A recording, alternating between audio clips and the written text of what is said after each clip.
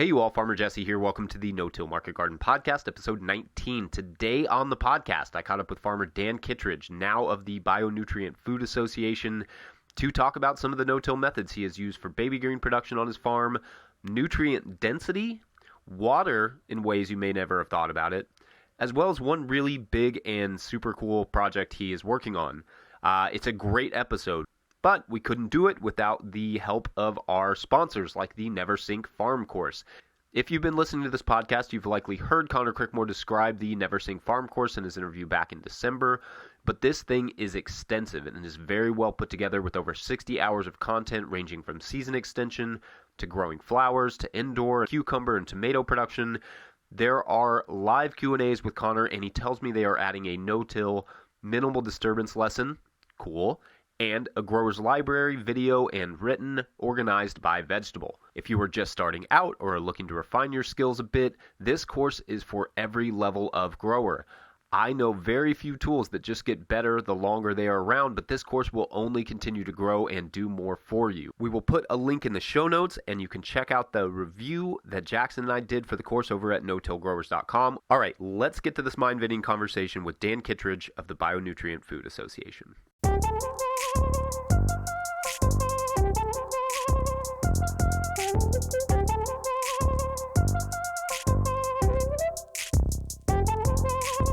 Dan Kittredge, welcome to the podcast.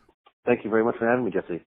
Absolutely. You have a pretty extensive history with organic farming, and I'm hoping maybe you can just kind of talk a little bit about where you came from and also where you are now.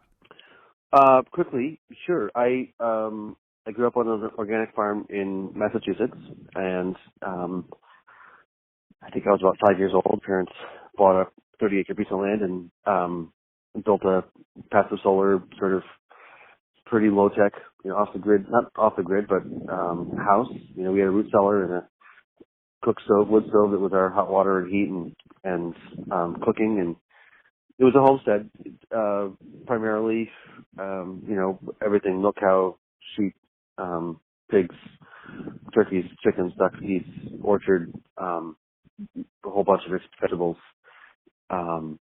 We started the farmers market in the 80s in our local town and started the CFA in, I think, 91.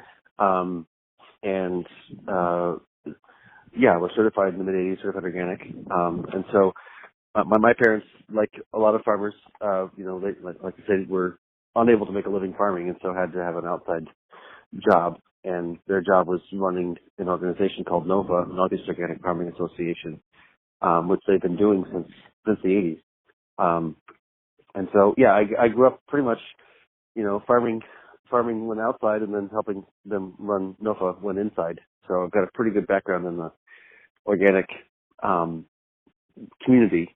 When I got married about 13, 14 years ago, I had been managing my parents' farm up until then, and I realized that I needed to actually make a living to provide for my family as opposed to just covering my own personal bills. And, it was evident to me that I wasn't going to be able to make a living doing things the way I had been doing it.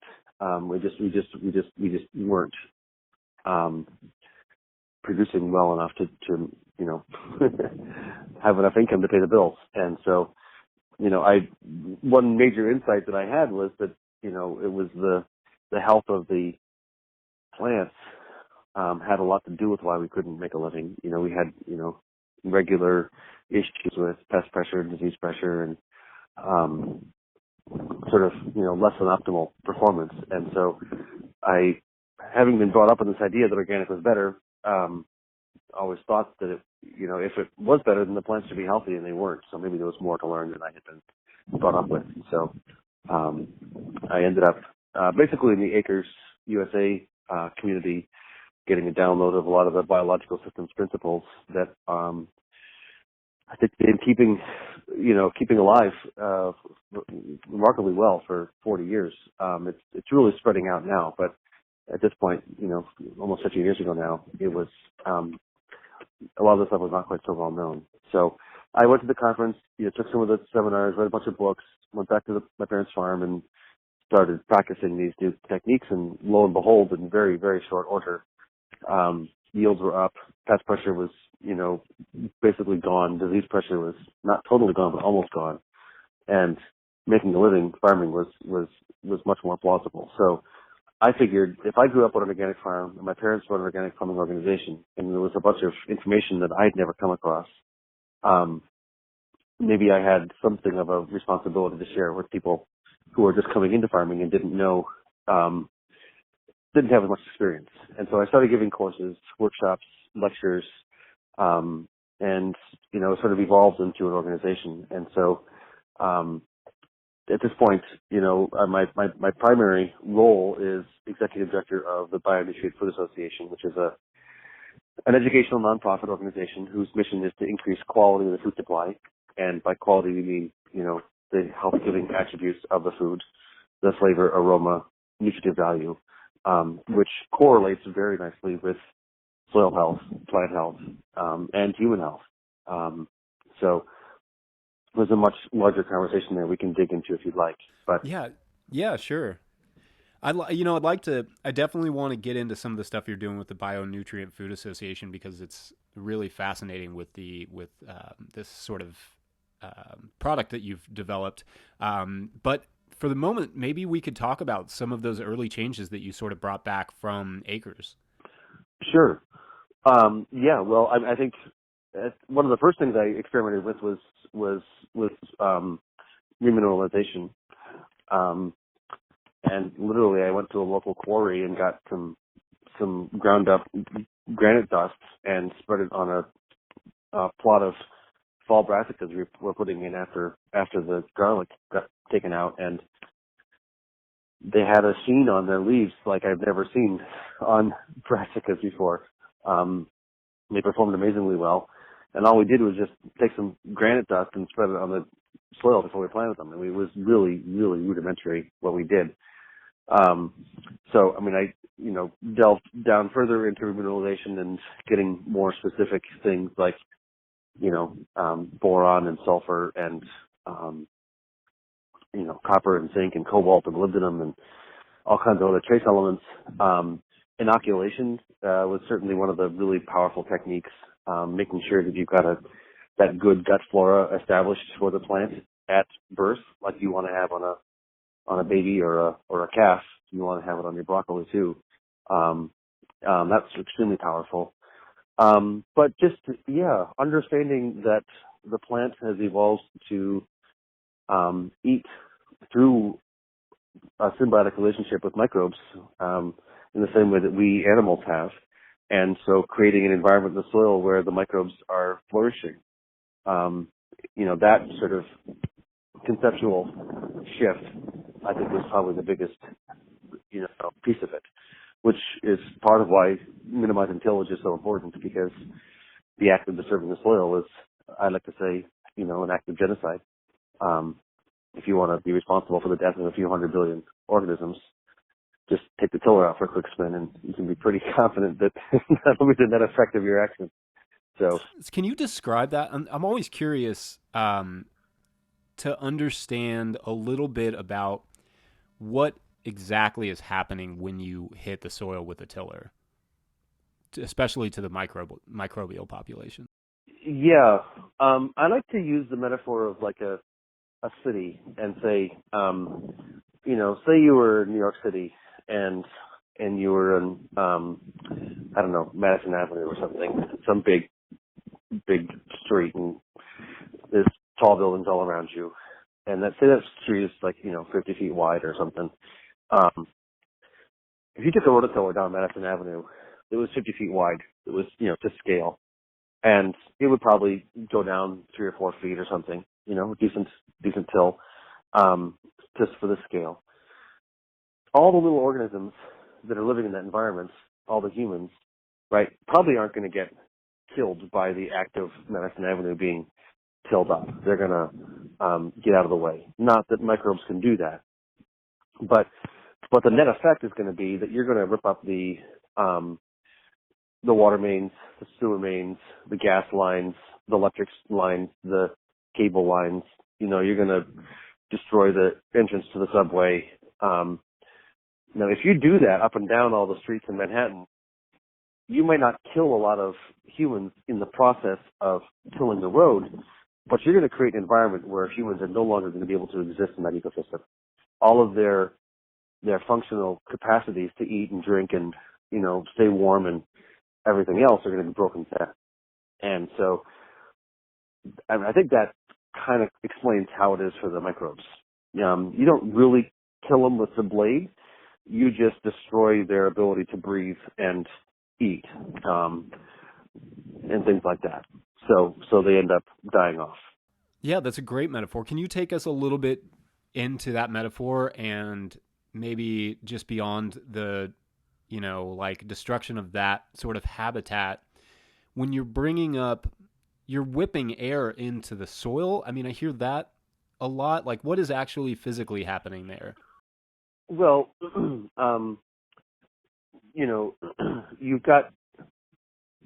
ideally you've got all these little pathways in the soil of where roots, have lived and now died, where water is able to flow and air is able to flow. With the mycorrhizal hyphae, which are connecting all these different bacterial communities with the different root, communities of the different plants that are growing. And you have this amazing ecosystem of nutrition and, energy and air and everything else being transferred back and forth. And it's really shredding that ecosystem, shredding that structure. That's the big problem as I see it. Plants, they are not able to digest the soil. They are able to identify what nutrients they need and to feed the communities that can digest the soil, but that's only through this web of structure in the soil. And when you destroy that web of structure and you put this little root down into there, the plant's ability to actually feed itself is dramatically reduced because that whole ecosystem function doesn't exist. It's like if you drop somebody off in Nome, Alaska, before they had built a city there, off of a plane, they'd probably die. If you dropped them off in Nome, Alaska now, with the infrastructure of a city there, they can find themselves a warm, room and probably get a job, and they're able to exist and maybe even flourish. So only when you've got that ecosystem functioning in the environment should you expect the organisms that you put into it, like the plants, to really be able to flourish.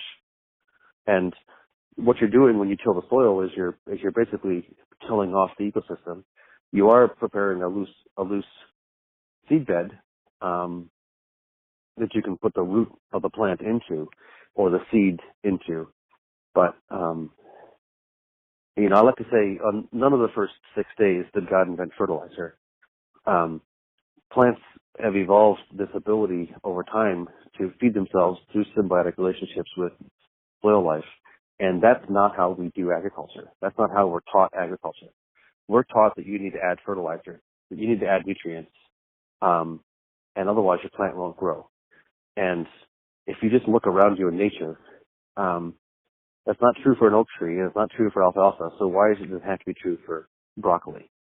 And it's because we've destroyed the soil structure, the soil life ecosystem, that we need to basically give that plant, a supplemental IV drip. And that's really what fertilizer is. Fertilizer is an IV drip. It's soluble nutrients injected directly into the plant's bloodstream, bypassing the digestive tract. And so, there's some conceptual shifts that need to be understood, I think, to really, for us to do the kind of job we want to do, we really need to just understand what the dynamics are that we're dealing with. And I feel like that's something that is not so well often conveyed. That's great. And you mentioned in there a little bit, just touched on disease resistance. And I'm curious, you said something really interesting and kind of striking at the Acres conference in one of your talks. And it was, I may not be quoting it exactly, but if a plant is digestible to a pest, it is not fit for an animal. Can you kind of break that down for us a little bit? Yeah. Yes, that is an insight that I feel like was really kind of revolutionary for me. So Yeah, but it's like a minute or two. So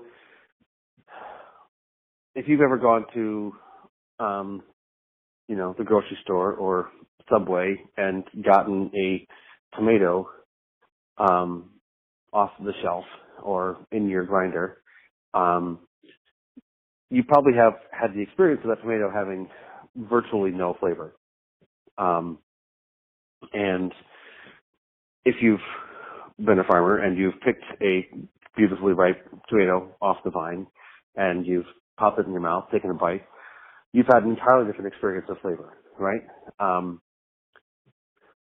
What is that flavor? That flavor, in science, they call it, plant secondary metabolites. There's terpenoids and alkaloids and phenolics and, beta carotene and, lycopene, and there's all these fancy name sounding compounds, which are, if you look at them, like in how they're built, they're really big, complicated compounds. They've got, thousands of elements in them, thousands of atoms in them. And,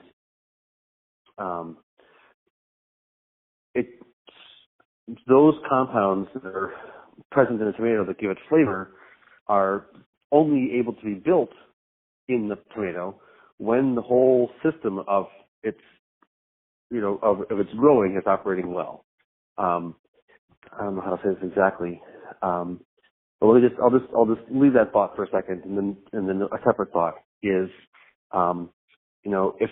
if you were in a room, you walked into a room and there was a bale of hay sitting on the ground, you might consider sitting on that bale of hay, but you probably would not consider eating that bale of hay. If a cow walked into that room, she probably would not consider sitting on it, but she would consider eating it. And, we all know that cows can eat hay and we can't. And if you ask somebody why, well, they'll say, well, because the cow's got 4 stomachs and she can digest cellulose and we can't, right? We all know this. And cellulose is a more complicated compound that we basically don't have the digestive system capacity to break down. We can't break it down. It'll, if we try to eat hay, it'll get backed up and, we'll have a problem. It's not gonna move through. So we don't. In the same way that a cow has a more sophisticated digestive system than we do, we have a much more sophisticated digestive system than a, Colorado potato beetle or a, Phytophthora or a late blight. The Colorado potato beetle larvae doesn't have a liver in its digestive tract. It doesn't have the enzymes necessary to break down protein. And what basically happens is, the plants, based on how healthy they are able to build compounds to greater and greater levels of complexity. And it's called, biochemistry, and sometimes people get scared of it, but it's really not that complicated. The plant makes sugar it leaves, and if it has the necessary enzymes, it can convert those sugars into carbohydrates. And then if it's got the necessary enzymes and elements, it can begin to, take amino acids and it can build those into proteins. And then if it even has more, capacity, you can take those proteins and start to build those into fats and oils, lipids, they're called, wax, the waxy cuticle. And even if it has really the full spectrum of nutrients that it needs in its system, or it could use, it'll take those fats and oils and turn them into what's called plant secondary metabolites, these really complex, complicated, sophisticated compounds. And basically, no insect or bacteria or fungus can digest these things called plant secondary metabolites. It's like hay for us. They just can't digest them. And so, that correlates with flavor. So those compounds that make a plant indigestible to an insect are also the compounds that make a plant tasty to us. And I like to say, we're hardwired with a really sophisticated nutrient monitoring device called nose and a tongue. And that's why we like to eat peaches that are ripe off a tree, and we don't like to eat peaches from the grocery store. That's why, kids these days don't really like their fruits and vegetables, because they don't taste good. And they don't taste good because they weren't grown in a soil that was functioning well. And they actually don't taste good because they're not nutritious. And this is something that I've been saying for a long time as somebody who grew up on an organic farm and whose parents run an organic farming organization, is just because something's organic does not mean it's better. In fact, a lot of what is organic is nutritionally similar to conventional crops. And some people who are not certified organic are doing a much better job than most people who are organic. From a nutritional standpoint, from the quality of the food, nutritional value of the food that you're producing, which correlates with pest and disease resistance, which correlates with carbon sequestration, which correlates with farm viability. I don't care what you call your process. What matters is how do the crops taste, because it really is. It's all this beautiful connected network. Hey, you all, just going to jump in here real quick and give a shout out to two of our show sponsors. Today's show is generously sponsored by Growing for Market magazine. For 28 years, Growing for Market has been the source for direct market food and flower growers. All GFM content is custom written for the magazine by farmers like myself and others who get their hands dirty and know what they're talking about. It's all original content. If you do farmers market, CSA, farm stand, pick your own, florist sales, or wholesaling, your business is different from any other kind of farming.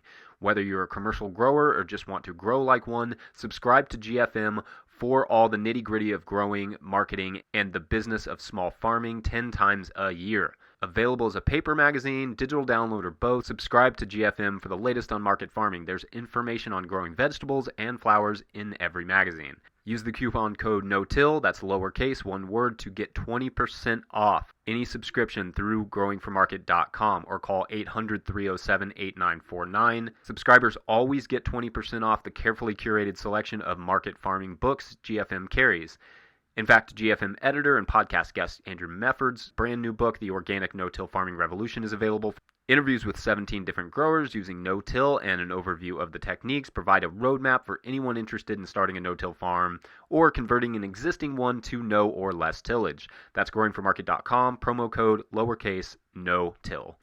Also sponsoring today's show is Banner Greenhouses. Banner is a family-owned, certified organic flower and vegetable plant producer. This second-generation farm has been producing plant starts since 1991, and they are extremely good at it. In fact, this is a sponsor that Jackson and I specifically sought out because of how much we love their product, and know you will too. I have some Banner transplants in my garden as I speak. Their greenhouse and outdoor growing area cover over 18 acres and enable them to provide optimum growing conditions for each cultivar.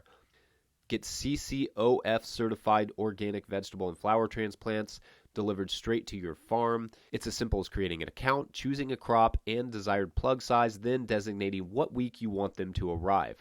Whether you want to simplify your transplant production or don't yet have a prop house, get a better start with Banner Greenhouses. All right, back to Dan. Yeah, that's so fascinating. So are the secondary metabolites, are these essentially the same thing as phytonutrients, or are those two things different? Those are different words for the same thing. Okay. And then do we know, how are these secondary metabolites, because mushrooms create them, lots of different, bacteria create secondary metabolites. So these plants are creating these secondary metabolites, and are they flavored? Right. Because you only have those things in a crop when everything else was necessary. Everything else that was necessary was present. Right. That's the top of the mountain. You can grow a tomato that's big and juicy and doesn't have much flavor. Just jack it up with nitrogen or whatever. But just because it's big does not mean it's got flavor. And so there's a whole suite of different elements that are necessary: copper and zinc and manganese and boron and cobalt and molybdenum and selenium and chromium and vanadium and yttrium. And there's just all kinds of different elements that have to be present. And then the microbes have to be there to digest the elements out of the soil into the plant. There's a whole sophisticated process. And, nature's been doing this for a long time. And we, for some reason, think that, we're a successful farmer if we produce bushels of a crop of potatoes. We don't think about, how those potatoes taste or whether they're good for our customers. Now, maybe we can talk a little bit about, on a technical level, how one goes about creating that environment, because, definitely the goal of this podcast is to sort of highlight and describe those systems. And I know you've done a lot of no-till and minimal tillage. Maybe we could just start with soil prep. Like, how does one go about the sort of remineralization process and then turning a pasture perhaps into a garden? Well, if you're turning a pasture into a garden, I don't think it's bad to use tiller to start off with. It's a question of your long-term trajectory, and I like to tell people to don't be dogmatic about thou shalt not till. Certainly it's destructive and something you want to be minimizing, and doing as infrequently as possible and doing as shallowly as possible. Because the microbes are going to be present in the soil down as far as there's air for them to breathe. So if you've got decent structure in your soil, and you need to prepare a seed bed, there's no reason to drop that tiller down, 2, 4, 6, 8 inches.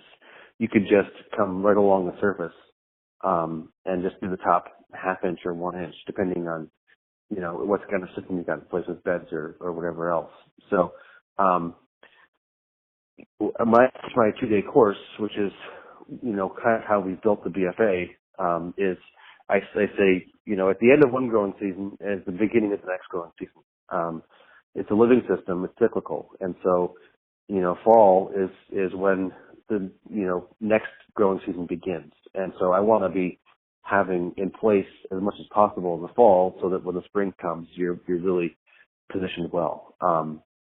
So I definitely recommend that people, undersow their crops while still in the field with cover crops. You want to, if you've got your tomatoes and your peppers and eggplants and chard and kale and whatever it is out there growing in August, probably fairly well established, watch for some rain to come through. Watch for a couple of days of cloudy wet and get out there and just broadcast your cover crops right underneath those crops. Let them get established. If you want to do winter killing cover crops, they can be pretty high by the time the winter comes and kills them. And then you'll have a really wonderful mulch layer laying down there over the winter, which can keep the microbes fed. And you shouldn't need to do much disturbance at all to plant your crops in the spring. It of course depends on what kind of equipment you're using, what kind of scale you're on. If you've got a lot of organic material on the surface of the soil, a lot of the mechanized systems don't work, and so you have to figure out how to deal with that. But either way, certainly keeping the soil alive as much as possible is crucial. That means keeping the soil covered, keeping the soil fed. So during the summer months, when there's green leaves, plants will make sugar in their leaves, and then they feed that out through the soil to the soil life, and basically in trade for nutrients. But in the wintertime, when there's no green leaves growing, the microbes still need something to eat, and so it's whatever kind of cover you've got in the soil, mulch or cover crops or whatever else that they're going to be eating. So you really want to keep the soil covered as much as possible. Like I say, where in nature do you see bare soil? Nature doesn't really do bare soil. Nature likes to keep herself covered. And so if you are farming in a way that keeps the soil bare, I would say that you're violating nature. And so you're going to have problems. So keeping the soil covered as much as possible through cover crops is crucial.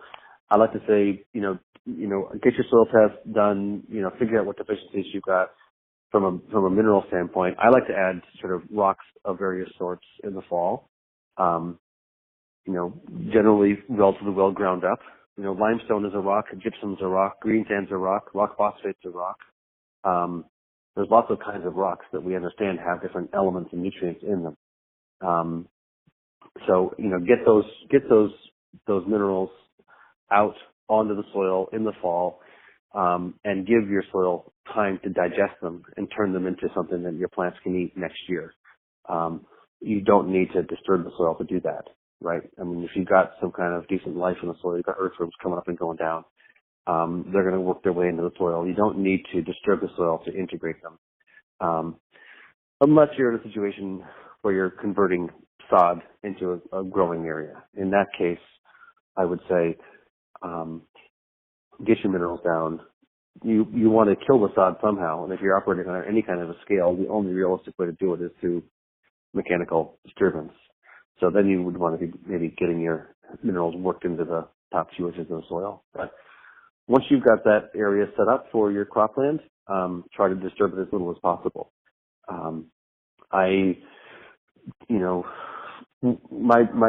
scale is something like 1.5 to 2 acres. So it's not a big operation. I do use a decently large amount of mulch. I use mulch hay, and so I just get the round bales that got that are where the hay got rained on before it got baled, and it's no longer good for fodder, and I can usually get it for $20-$30 a bale. And so if there's an area where the soil is bare in the wintertime, I'll take a round bale of hay and just roll it out right over that area, or 2 or 3 or 5 if I need to, because I want to keep my soil life fed.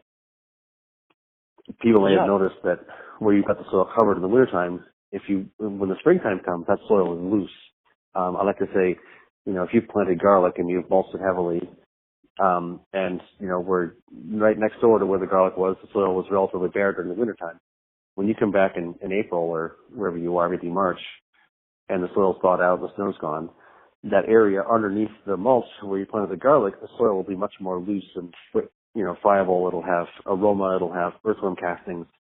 And the area right next to it where the soil was bare will be tight and hard and cracked. And that's not soil, actually. It's dirt, right? It's dead. The life is no longer there because you didn't keep the soil covered in some fashion. So getting food established and maintained for your soil life is really important. And through the winter, that means either cover crops or dead plant material. The more the better. That's great. Can you give us an idea in terms of maybe a specific crop like baby greens, how you go from a baby green crop to another crop with minimal tillage? Well, there's a couple different ways.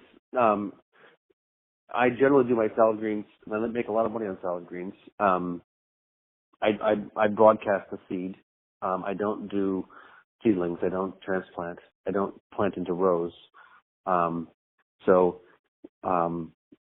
got my system is 4-foot wide beds with about a 1-foot pathway, and that works for the tractor. My tractor tires will fit in the pathway, and a bed former can make the bed. And when I've got that bed established, I try to keep it there. I pretty much tell anybody who's getting close to get their feet out of the bed, don't step in the bed. And it might need to re-up it once every year or two. Just come through and make and get those beds, the pathways, reestablished, because like this past year, 2018 was just horrible. We had, I think 10 or 12 inches of rain every month for 6 months. And if you don't have a way to get that water out of the field, everything goes under. So having an infrastructure to get extra water out of the soil is key. I've got that 4-foot wide bed. I've got a 4-foot rototiller on the back of my tractor, and I just come through, in low gear with that tiller I with 3-point hitch. I just keep it set so it's about going down about half an inch, and I'm just barely disturbing the soil to prepare a seed bed. If I wanted to do it by hand, I could just come through and rip out the greens that were already growing there and throw them in the pathway, and I'd have a pretty nice seed bed also. But it depends on what was there before, whether it's springtime or summer, and what I'm taking out and what I'm putting in. But with something like salad greens, where you do really need to have a nice seed bed, some disturbance of the soil is efficient. And my point is, if you've got a 6-inch deep aerobic zone and you've got microbes in that whole area, and you're just disturbing the top half inch, maybe 1 inch,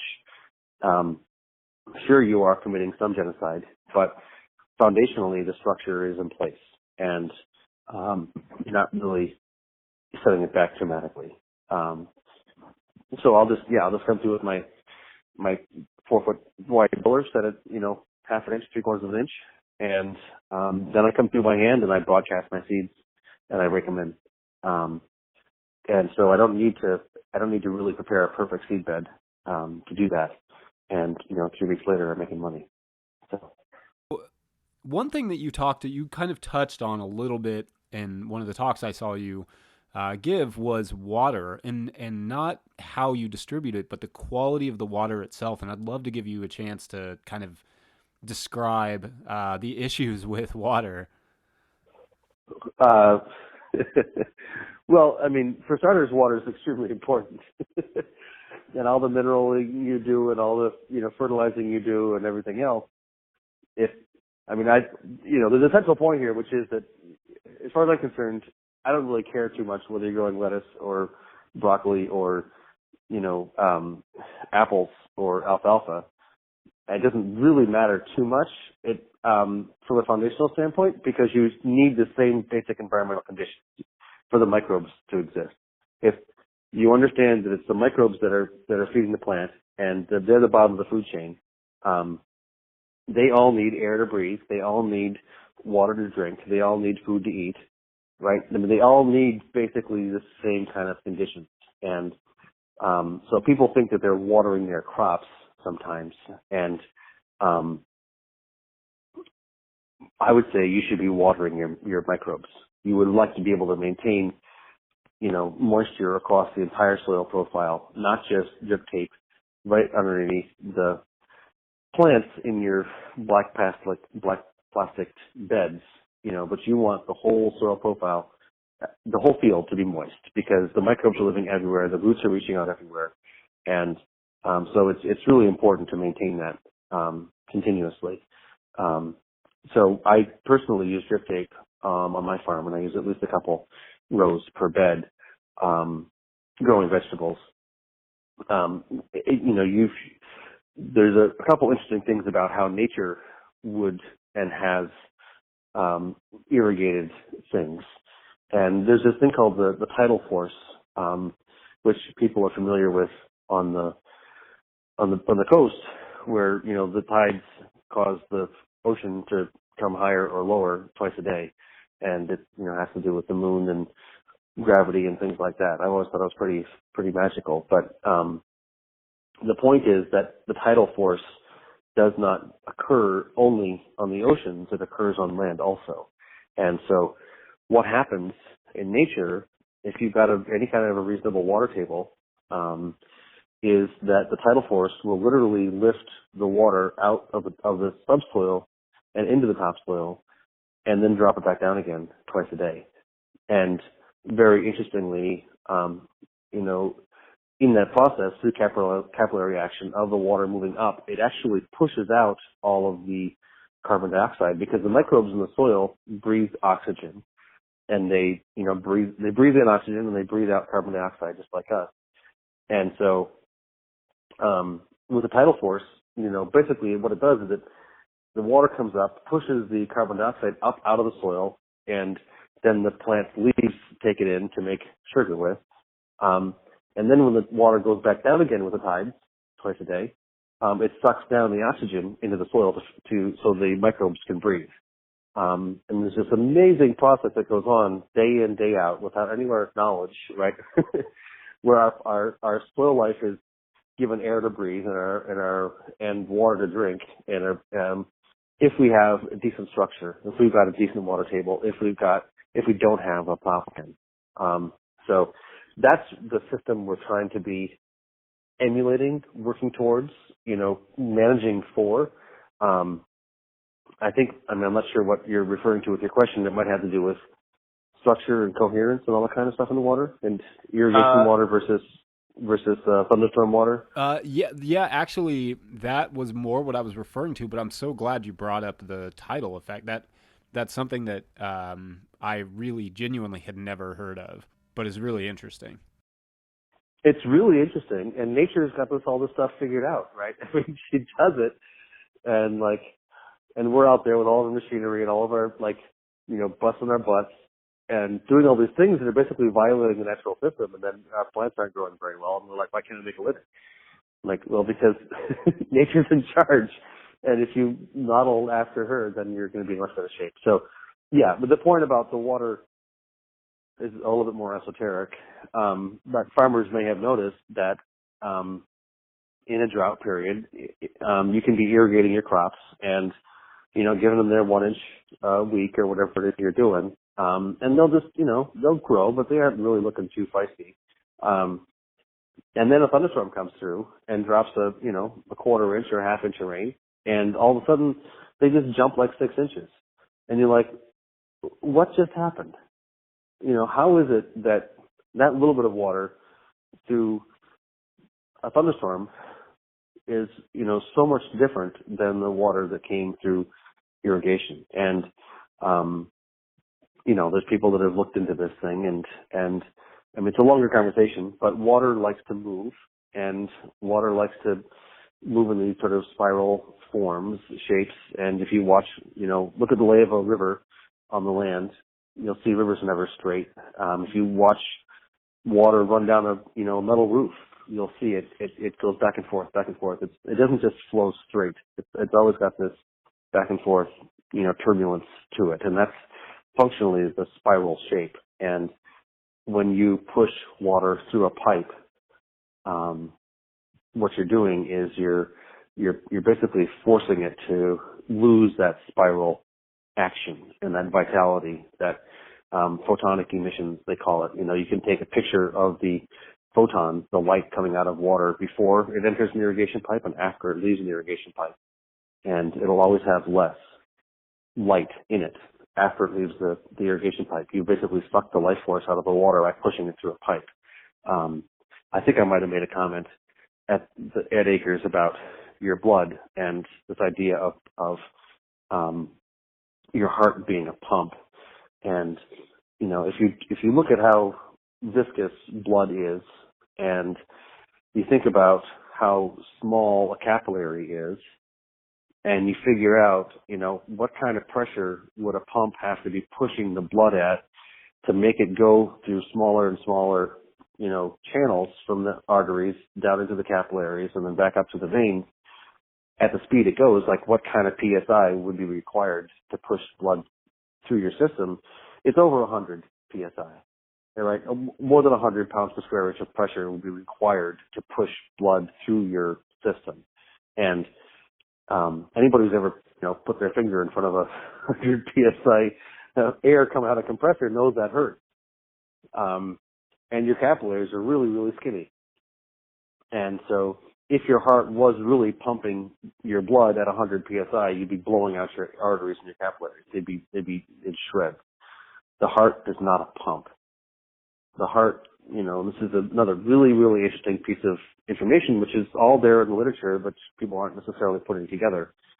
It really puts spin into the blood. It basically puts torque into it, and it's that spiral action that the blood naturally flows through your arteries, through your capillaries, and back up to your veins. It's exactly how water likes to flow in natural systems. So I think that might be the point you were wanting me to go to.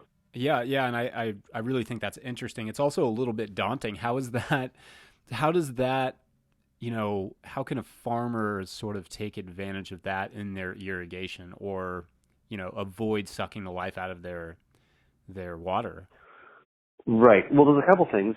One is that you want to be maintaining a water table that is reasonable. And so, I live in Appalachia in Massachusetts. I'm not sure where all of your listeners are, but personally, as far as I can tell, the Appalachian mountain chain goes from, Maine to Georgia and covers a whole bunch of states. And we've got this awesome thing called grade, where land isn't flat, and there's all these points which are high and which are low, and where it's wet and it's dry, and so I like to build ponds. The permaculturalists talk a lot about stockpiling water, and stockpiling water as high on your property as possible, so that it's going to be naturally moving down through the soil. So for me, maintaining a good water table by stockpiling water and not having it all, run off of your land, but trying to capture it, it gives all these different little micro, ecosystems where you can produce all kinds of crops, right? And there's all kinds of things you can do around pond edges, and with mushrooms and fish and berries and shrubs and all kinds of stuff. It makes your farm much more beautiful, and it functionally keeps that water in an area where the tidal force can keep your crops watered. If you're operating on if you're doing any kind of a pasture system, it's pretty much not economic to be irrigating, and so you have to have that water working through the tidal force in the soil. But say you've got an irrigation system, and that's where you're at, that's what you do. There's a bunch of pretty simple, very inexpensive things that you can do to add structure back into that water. If you've got a 2-inch main line, basically you take a piece of PVC pipe, throw a bunch of 1-inch round river rocks in it, and put a cap on each end, and so you can screw it into your 2-inch main line, and the water flowing through those river rocks will put spin back in. It'll put spin back into the water. They have to go around those rocks through that 4-inch pipe, whatever it is, a foot long or something. Nothing, no big deal. That the act of being pushed through rocks like that will put spin back into the water. There's stuff you can do with magnets, and people do all kinds of stuff, and a lot of people charge a lot of people a lot of money for tools, but it doesn't need to be expensive or complicated. It's certainly a longer conversation. Probably would be benefited by some graphics, but yes, there are definitely things you can do. So before I let you go, I want to hear and have you tell us a little bit about what the Bionutrient Association is working on, specifically that product, but also just in general how it works and what your aim is. So we're a nonprofit educational organization. My thought has been that there's all kinds of the permaculture community has their networks and meetings. The organic community, they put their conferences and organizations. The sustainable ag people, the biodynamic people, all these different sort of streams of the sustainable ag movement have organizations that are doing the work of educating and bringing people together. But when I went to Acres, I was like, well, who's doing it for the biological, community? Who's taking the information and digesting it and making it available broadly for people from this sort of lens, which I think integrates the wisdom of all these different communities, the organic people and the permaculturalists and the biodynamic people, et cetera. And so I didn't see any organization out there that was doing it. And I said, as a farmer, this stuff seems to be really important. So, what we do, bionutrient.org is our website. You can look up on there for recordings of everybody who's ever spoken at any of our conferences. Our 2-day course, which is sort of a deep dive into all the stuff we've just been talking about here and much more detailed. We've got that online. People can watch and listen to. We've got local chapters around I guess North America now, not just the U.S. People get together and have a potluck and, a farm walk every month, different farm, different topic. So self-organizing. We've got an annual conference called the Soil and Nutrition Conference. And we've got this project we're working on. Basically, our thought is that there's a direct connection between the natural flavor of a food, of a carrot or of a tomato, and its nutritional value. that, the USDA has been documenting for almost 100 years now that nutrient levels in food have been decreasing. There's a correlating increase in chronic disease, cancer, diabetes, heart disease, osteoporosis. Now we've got all kinds of hormonal and biochemical imbalances. People are on all kinds of, pharmaceutical drugs. And, at the root of a lot of those diseases, imbalances, deficiencies is literally a lack of nutrition in our food. It does not have in it what it used to have. That's why it doesn't have much flavor. And so our thought is, if we can connect people's self-interest as consumers of understanding that food that tastes better is good for them, and the only way to get food that tastes better is by growing it in an environment where you're actually building soil, sequestering carbon, decreasing pest and disease pressure, increasing farm viability. If we could figure out some way to align those interests between the consumers and the environment and the farmers with money, with economics, like you make more money if you do this, then we might be able to really drive a lot of systemic solutions quite rapidly. And so the issue is, if you're a consumer, where the money comes into the system is the consumer buying the food. And if you're a consumer, you can look at the label and say, this is organic, this is not.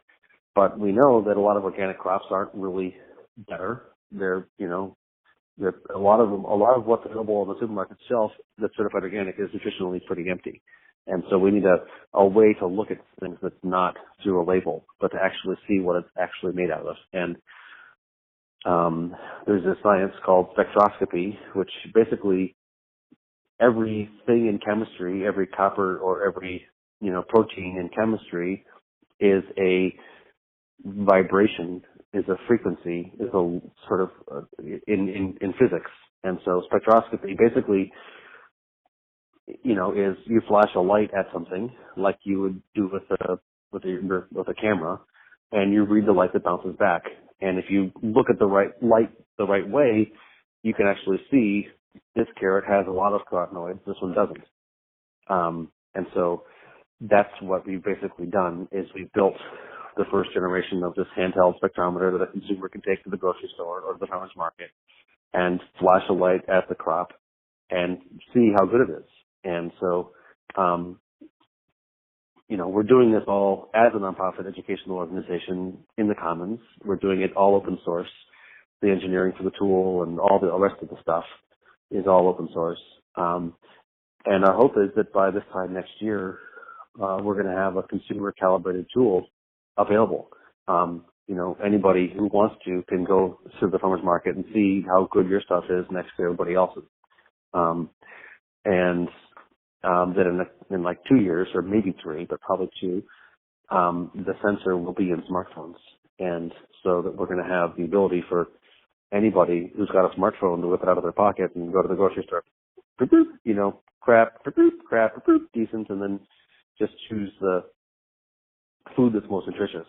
And our idea is that this is going to be an economic incentive.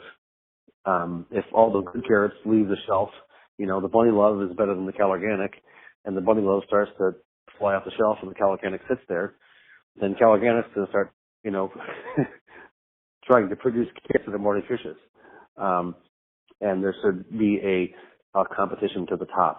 Let's, as farmers, understand that our job is to produce food and to not just be producing volume. And let's understand that as farmers, we can, I think it was Hippocrates, the sort of the quote unquote father of Western medicine, who said, "Let food be thy medicine." If what you're producing is flavorful and nutritious, it actually has the ability to heal you. It's a longer conversation. We can go into it later if you want, but I'm probably don't have time for it now.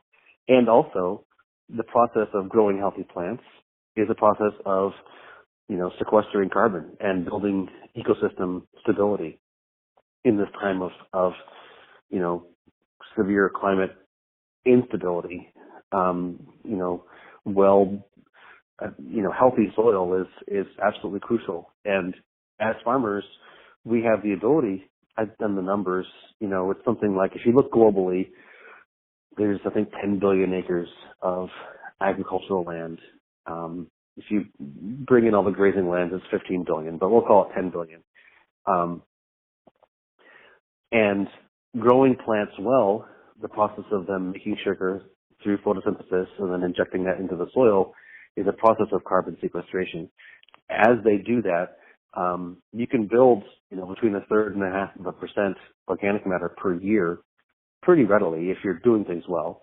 You do that times 10 billion acres, and we're sequestering 10-15 parts per million of CO2 out of the atmosphere per year through agriculture. I mean, we can reverse this climate crisis in like a decade, done, and no problem left anymore with carbon dioxide excess in the atmosphere if we do farming well. And so our thought is, through giving consumers the ability to choose crops that are most nutritious, we give the farmers the support and the understanding and the incentive to produce crops that are more nutritious, we can really powerfully address a bunch of things more systemically, not just farm viability, which maybe the listeners here are more interested in, but some of the deeper things going on in our culture and our environment.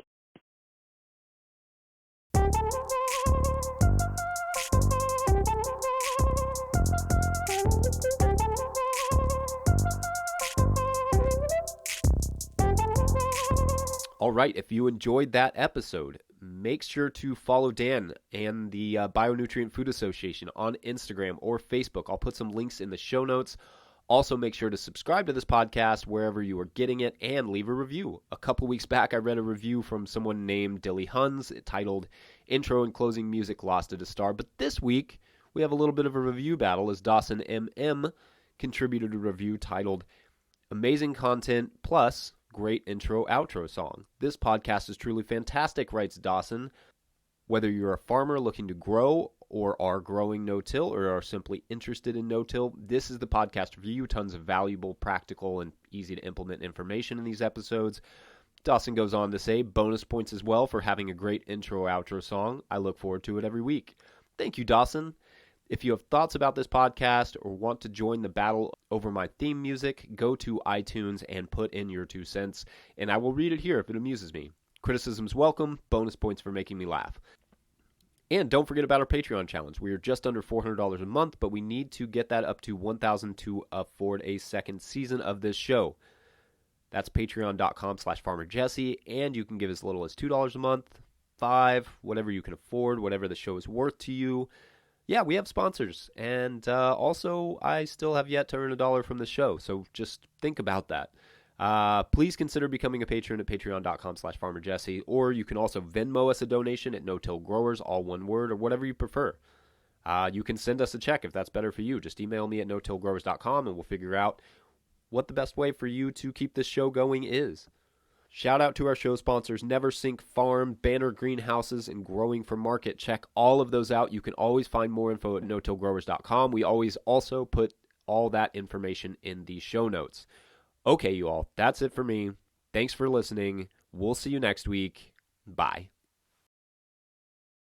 Yeah, I mean, I think there's a lot of stuff that's coming down the pipe that we're going to learn over the next, 10 years or so, and that I think in terms of soil science that'll really be special. And well, so, yeah. We need it. We need it for global, environmental maintenance. We have to figure out how to do a better job with our relationship to nature. So, yeah, it's great, because we're able to deal with crises as humans pretty well. When things are hunky dory, we don't really do much, but when your back's up against the wall, you usually figure something out. So, right. But this whole thing with farming being done well, we can solve a ton of problems. It's just really exciting.